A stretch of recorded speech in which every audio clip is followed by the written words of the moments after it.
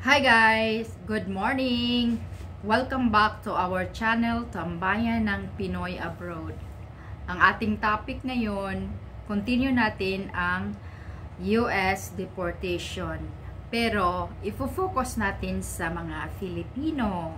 Filipino ako, diba? So, ngayon, kay January na ngayon, tapos ayan, ang aming president, si President Trump. Alam mo naman natin na ang plano ni Mr. President ay tatanggalin niya yung mga illegal dito sa US, whether ikaw ay Filipino o ikaw ay Japanese, German, whatever. So basta you are illegally stay here in the US, included ka sa mass deportation. Ay, yung una nating vlog, na-discuss na natin yon. Tapos ngayon, continue na lang to, follow up na lang to. Ang masasabi ko lang, kasi nga, ito na, January na, so ito talagang month ang talagang bibigyan ng focus ng mga pagde-deport. So, according to the news nga napanood ko, wala na silang magawa. Yung mga against dati kay President Trump, wala na silang nagagawa dahil nga president na siya ngayon. Nandiyan nakaupo na, di ba? So, ang ginawa nila, nagmamakaawa na lang sila nga pagbigyan nila ang mga illegal dito nga narabaho. Siyempre, totoo naman talaga guys, nga maraming illegal dito nga na nagtrabaho in a good way. Nagbayad sila ng tax, they're living in their life in a good way. Very, like, wala silang ginawang trouble. So, they're just here to work peacefully, to earn money, and paying also, like, their grocery, their rent, their mortgage, whatever. So, they're really living in a good way. So, marami din ganyan dito sa US nga. Mga illegal, but they're living in the good way. Marami naman din siguro na, yun na nga yung sinasabi kong major na ang pagka-illegal nila. Meron naman din isa minor. So, ngayon, according to the news, maraming nag-a-ask na bibigyan sila ng, syempre, pabuya. Yung kaawaan sila ni Mr. Trump na hindi na lang nila ipa-deport yung mga minor lang ang mga kasalanan nila. So, ipastay na lang sila dito. Aayusin na lang yung papers, tapos magstay na lang sila dito. So, yan ang ginawa nila. They asked Mr. President to at least give them mercy to stay here because these people are doing a good way. They're working hard and they're going the good way and everything like that. Which is, I can understand that. But then, it's unfair naman sa iba, diba? So, it's unfair naman din sa iba na yung iba dito, pumupunta dito ay naghihirap-hirap. As in, super hirap talaga. Kasi yung iba naghihintay ng ilang taon bago makapunta dito sa US. So, yung procedure talaga na magandang pagka-procedure. Follow the protocol and rules talaga and accordingly to come here in the US. So, ang hirap talaga, maraming processing. So, ngayon, para sa akin, ayun, kung maawa si Mr. President, iba nga, nagsasabi, oh, kami nga dito, ang hirap-hirap namin nag-process. Unfair naman yan. Kailangan pauwiin nyo talaga sila. So, ayan, yun yung mga basis ng masasabi sa ibang Filipinos na naghihirap papunta dito. Okay? Yun talaga ang kanilang mindset or thinking, everything like that. It's not just one person who complained about that. So me myself, I was really takes forever to come here to the US. There's so many processing papers and everything like that. I have to wait. In case of these people right now who asking pardon, they're just gonna stay because they're working hard here and being a good person, being a good in the community, staying in a good environment, community, and paying bills and everything like that. So they're just doing good. For me, in just my own opinion, I probably just give them a chance.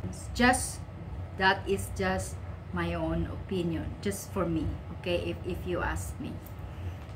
And now, if ever happen na hindi talaga bibigyan ng pardon ni Mr. President, yung mga minor lang ang kanilang cases, so ang gagawin nyo guys, mag-voluntary na lang kayo uuwi sa Pinas. So I'm just talking about the Filipino alone, okay, Filipinos only. So I believe nga we are hardworking, so siguro nakaipon na kayo ng pera, kukuha na lang kayo ng lawyer. Make sure yung kukunin yung lawyer is the immigration lawyer, kasi sila yun ang nakakalam. They are the expert for these cases. So direkta na lang kayong kukuha ng lawyer immigration. Tapos ngayon, kung sakasakaling hindi kayo maka-afford ng lawyer, siguro meron naman kayong mga kakilala dyan nga tumutulong, so manghingi kayo ng tulong. You gotta work it. You gotta ask a help if you think that you have this problem and you cannot make it alone. You have to ask help in your community. I'm sure if you are a Filipino, I'm sure you have a lot of friends, because I believe that in the US, if you meet one Filipino, you meet everybody in the community. So I'm sure you got friends there. So wag kang mahiya, manghingi ka ng tulong kung sakasakali nga kailangan mo ng tulong. At the best nga ma-advise ko talaga, if you have any money, if you have enough money, just go to the US immigration lawyer and they will be the expert and they will help you and you will be okay. Now, kung sakasakaling you've been here for a longest time, tapos yung papers mo ay hindi mo na asikaso, so nagiging illegal ka na, stay here. But when you come here, or you are totally legal to come here, but then your papers is napabayaan mo, so nagiging illegal ka na, tapos nagkaroon ka na ng anak dito. It happened to be nga nagkaasawa ka, tapos nagkaroon ka na ng mga anak, tapos yung anak mo nasa military na nagtrabaho, for example, malalaki na yung naging anak mo kasi matagal ka na dito sa US. So I believe that there is a privilege for that kung meron ka ng anak dito. So yung anak mo ay makakatulong din. Makakatulong din yan sa pagstay mo dito. Mabibigyan ka rin ng mga pardon, something like that, for the US military privilege if you have your children in the military. I'm not really sure, but according to what I read in the research that I have, your children can help you also, and especially if they are in military. So yan, sasabihin nyo rin yan sa lawyer immigration nyo, yung mga cases na ganyan nga meron kayong anak na nasa military. So now, may nagtatanong,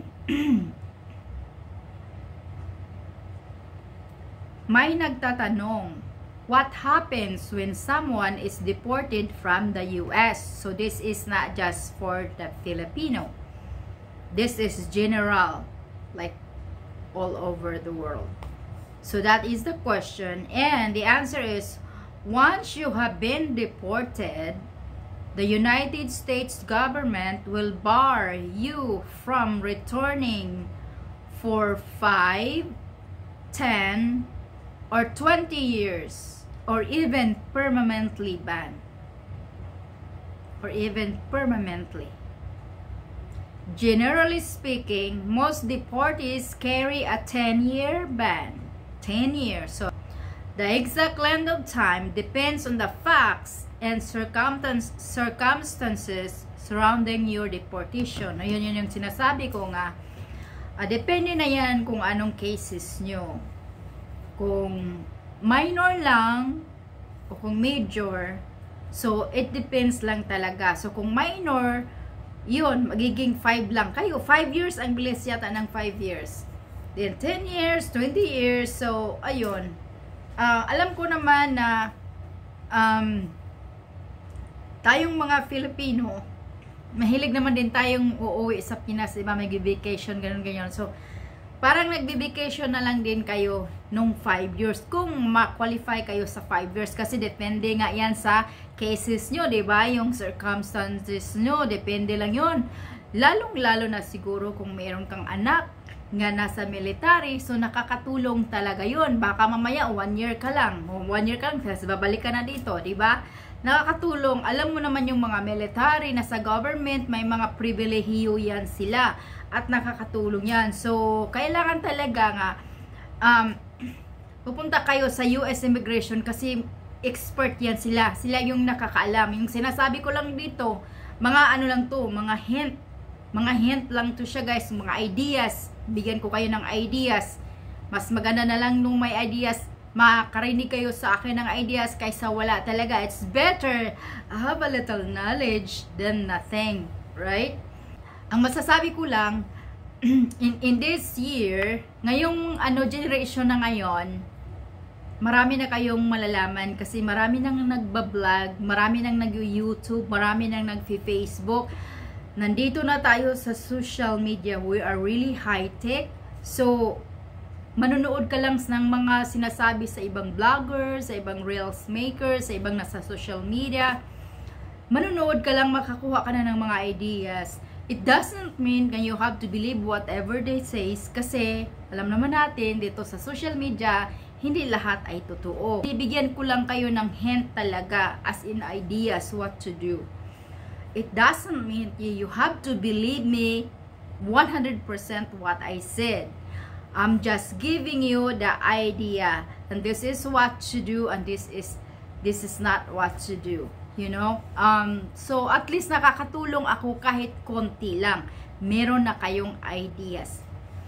So ngayon, kung halimbawa meron kayong pera, malaki na yung pera nyo, marami naman kayong uso naman ngayon ang GCash, Western Union, kung ano-ano pa yung mga ipapadala dyan, ipapadala nyo yan. Kasi kung sakasakaling ma-deport kayo, hindi ko alam kung madala nyo pa yan talaga as in, magta-travel kayo, dala yung mga pera nyo, yung mga gamit nyo or whatever. I'm not sure about that. So, what I'm saying here, I'm just giving you the idea, kung marami kayong pera, ipadala nyo lang sa Pinas, gawin nyo sa Western Union. Otherwise, this info, ibibigay nyo yan sa immigration lawyer nyo, sasabihin nyo yan nga, oh, meron akong pera, meron akong ganito, anong gagawin ko dito. So, ayan, malalaman mo yan. Pero what I'm saying right now, I think this is a possibility na mas maganda talaga kung marami na kang pera nga naipon, ipapadala mo na lang yan sa Pinas, at least pagdating mo nandoon na. Kasi hindi natin alam kung talaga bang ipapadala yan lahat. Kasi nga illegal kayo, diba? So, whatever na mga na-accomplish mo dito, I don't think madala mo yan doon. So, this is just speculation for me. So, I don't think nga madala mo yan doon kasi nga illegal ka. So, ayan, iiwan mo talaga yan dito kung anong nga-accomplish mo dito. Maiwan mo talaga yan. Kaya ngayon, kung marami ka ng pera nga naipon, siguraduhin mo na lang, i-remit mo yan, gawin mo yan, Western Union mo yan doon sa Pinas. Para pagdating mo doon, meron ka ng pera. So, ayan, it's just the idea. At least, meron na kayong na idea. Mas maganda nga naman talaga guys, yung sinasabi nga, knowledge is power. It's true. Knowledge is very powerful. Kasi kung wala ka talagang alam, masasabing ignorante ka. Ano bang mangyayari kung wala kang alam, kung ignorante ka? Karamihan, palpak, di ba? Wala kang nagawang tama. Palpak. Kung may magawa man, palpak. Kasi nga, hindi mo alam. Ignorant. You're ignorant. So, knowledge is very powerful. Kaya, I am really believing that knowledge is very powerful thing. So, keep learning. Keep learning. So, ngayon, ang aking mga sinasabi dito is just giving you a little information so you can learn a little bit from me. And I don't want you to take 100% of what I'm saying, of course, because, yeah, I'm just a blogger here. I'm just giving you an idea. And it's not gonna hurt to learn more. So, keep learning. Keep watching the mga blogger, mga news. Just keep watching so you will learn a lot. And if you learn a lot, that makes you powerful. And definitely, you are not gonna be ignorant for something, right? So, okay guys, yeah. Again, babasahin ko ulit ito sa people ask, what happened when someone is deported from the US? Again, I'm just gonna read it. Once you have been deported, the United States government will bar you from returning for 5 years, 10 years, or 20 years, or even permanently ban. Generally speaking, most deportees carry a 10-year ban. The exact length of time depends on the facts and circumstances surrounding your deportation. So, ayan. So, ayan guys. Hopefully, you learned from my blog today. And like I said, keep learning. Knowledge is a very powerful thing. So, keep learning. Don't be afraid to learn more. Alright, and I'll see you in my next blog. And I think my next blog is about deportation again. So, subscribe and click the notification bell for all my uploads. And I see you in my next video. Bye-bye!